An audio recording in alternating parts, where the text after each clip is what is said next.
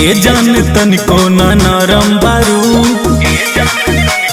का करो बोला काहे इतना गरम बारू। अच्छा। ए जान तनिको ना नरम बारू दोनों गाल लाल हमारे कोयले बट काट के हो लगता मोटाई ओठा लाल देवरा चाट के हो लगता मोटाई ओठा लाल देवरा चाट के हो।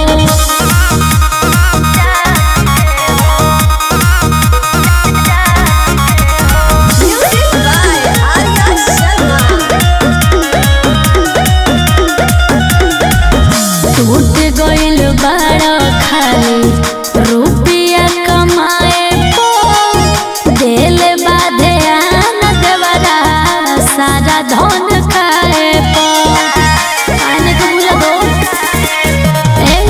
तू नहीं चाहबू कैसे दोसर के हो छूदी खोदा खोदी करत होइबू काहे न पानी छूदी।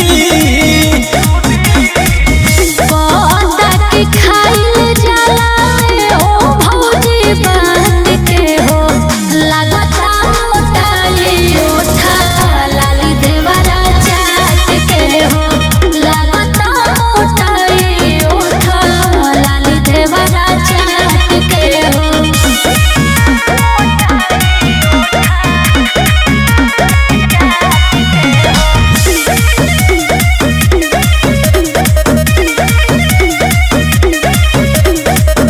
चल गइल बहरा देखे देवरा के जामा ई कपर